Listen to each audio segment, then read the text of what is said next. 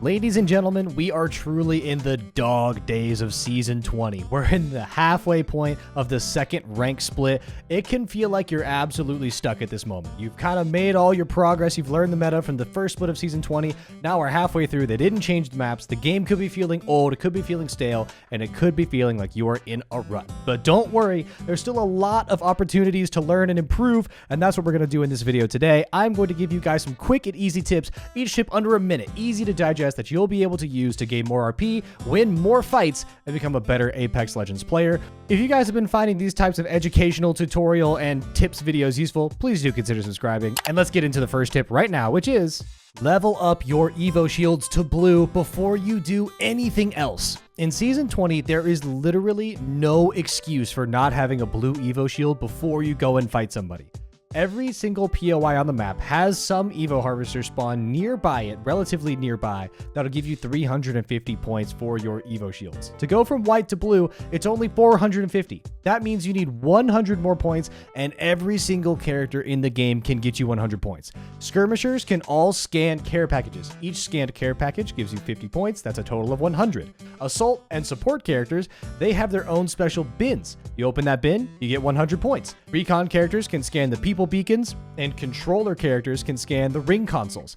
Those will each give you 200 points. That means that every single character in the game, by doing their one ability, their role, and collecting an Evo Harvester, can get your team to blue shields. I promise you, it is not worth playing on 150 HP. Those Sentinels, the charged Sentinels, are out there waiting to hit you for a one-shot. You need to be getting your shield to blue before you do anything. There is no excuse.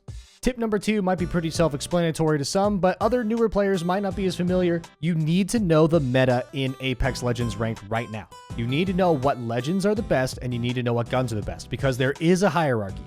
For example, the legends that are really running the top of ranked meta right now are Revenant, Bangalore, Bloodhound, Conduit, Lifeline. Some other fringe legends include Caustic, Pathfinder, Horizon, Loba. There are some really good characters out there that are simply better than others right now. Whether it's the maps that are in rotation, the type of weapons that are strong, these legends are simply better than the others right now, and you're going to have a lot better time running these legends. Now, don't hear me wrong. If you are amazing at Mirage, you can play Mirage and gain RP no problem. I love doing that in my games.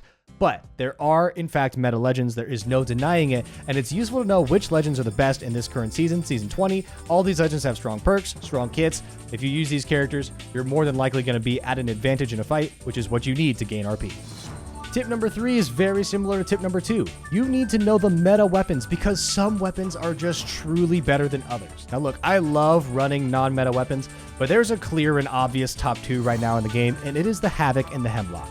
You could debate which one is better than the other. A lot of people would say the Havoc. If you're not as good at recoil control, maybe the Hemlock is more your speed, but run both. I'm telling you, a Hemlock at range and a Havoc up close shreds through everything you can throw at it. Right now, these are the 2 best guns in the game, excluding care package weapons, of course. The other weapons that are kind of on the fringe of the meta are things like the Nemesis, Prowler, Volt, G7, Flatline, Alternator, and Peacekeeper if you have Disruptor rounds, and the Mozambique and RE45 if you have hammer points. These guns are all outstanding as well, but believe it or not, you would probably rather have the Havoc and the Hemlock together, a double AR, than anything else. These guns are outstanding, I promise. If you run these weapons, you'll be ripping through your opponents like a hot knife through butter. These guns are insane right now. You get good with these guns, your fights will go very smooth. Tip number 4, we're going to start getting into the strategies of what you should do in the middle of a game, and this is a very clear and obvious path. Take fights early and quickly, because early fights are your best and safest chance at getting kill points in a ranked game. In Apex Legends right now, everyone spawns with white shields. There are no random chances of getting a better blue or purple shield, so you know what shield everyone has as soon as their boots hit the ground. If you have the opportunity to find a team early and fight them while they're still on white shield or on blue shield, it's going to be a lot easier to kill them. If you go in with the aggression, you make sure you make a concerted effort to push quickly, find a team, and then push very aggressively. Be the one with your foot on the gas, push forward to them. I promise you, most people are still looting. They're going to be on the back foot. They are going to have a harder time playing defense on weaker shields than you will playing offense on those same shields. Get your shields up. Go get a fight early while all the teams are still spread out. This is the best way to get KP in ranked right now. Get KP fast. Get it quickly. Find the nearest team. Go fight them. Secure those points. Tip number 5, some more metagame analysis. Know your role on the team. Now, this can depend on your personal playstyle and preferences or the character you're playing. So what do I mean by this? There are characters that are better and players that are better at being the entry fragger, the one that goes in first and tries to get a lot of damage so their teammates can capitalize. You might be the support player or the anchor, the one playing in the back. Oftentimes this is a conduit, getting longer shots, still using your AR for most of the time while healing your teammates or providing some type of support. Maybe you're the refrag character, so you're not the first person to go in, but you go in right behind your entry fragger. You're often the one that gets the first knock. While your teammate gets a lot of early damage and maybe takes a big amount of damage themselves, they might have to go out in battery. That's your chance to go in and clean up the kill. This is for people that love to maybe not be the most aggressive one on the team, but they like to make decisive impact plays in a fight. This might be your role. You have to know for yourself. Are you better at range? Should you be a support player? Should you be an entry fragger? Are you great with shotguns? Are you good when someone calls out damage at finding the person that's weak?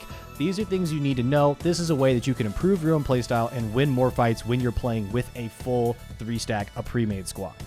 Tip number 6 piggybacks a little bit off of tips 4 and 5. You need to play to your strengths. So, take a look at your own gameplay and decide, what am I best at? An example for me, I really like sniping. I love running the charged sentinel, so I know it's not in my best interest to be the one that is the entry fragger because a sentinel doesn't thrive up close. However, if I am a support player or if I am a refrag character or if I'm an anchor, I can provide a lot of utility because I happen to be good with the charged sentinel. I can provide a big amount of damage and then tell my teammates ahead of me where that knock is. Plus, I play Loba, so once I deal a lot of damage in the back line, I can quickly teleport up and get involved. If you're a player like a Caustic or a Gibby, it might be harder for you to catch up once you deal that damage, so you might want to be one of the two that's closer to the fight. You may not want to take an angle. You might be horrible at recoil control, but you are God's gift to shotguns and SMGs. You need to be playing up, being aggressive, being an entry fragger. So know your strengths, know what you're best at, and try to get yourself in those advantageous situations. If you're a long-range player, try and stay at long range. If you're an up-close and personal combatant, get up close, find a way to get there, and get the job done. The last and final tip that I have is kind of a surprise to me. I'm surprised I have to say it, but a lot of people don't understand this. In Apex Legends Season 20, you should be hunting down care package weapons. Every single weapon in the care package right now, the Wingman, the Bocek Bow, the EVA 8, and the Kraber, they are all overpowered. They are all busted. We all know the Kraber is amazing. It can one-shot, headshot virtually anyone unless they have big shields and a great helmet. The Wingman, we don't have to talk about how busted the Wingman is. The Bocek is insane. The speed at which you can shoot out those arrows, you never have to reload. That gun can be a knock machine, and the EVA 8 is a menace at close range. It will dominate every SMG, every other shotgun. That thing is a monster in its element. I promise every single care package gun is worth picking up, and a lot of the time, it's worth just hunting these care package weapons. There is a good reason why they took the red care package weapons and they took them out of Ring 1. So now in Ring 1, when care packages drop, there's only gold weapons. There's a good reason for that. It's because all these weapons are insane. So when you get to round 3 and you see some of these red weapons dropping in a pack, pick them up. I promise you, it will make the difference in a fight. Those are 7 quick tips, about 1 minute or less each. I hope you found them useful. I hope you're able to use these tips to get more RP, and I hope you guys are able to subscribe to this video if you did enjoy it. Please do leave a like if you learned something useful. I'll catch you on the next video later on next week. Thank you so much for watching, and I'll catch you in the next one.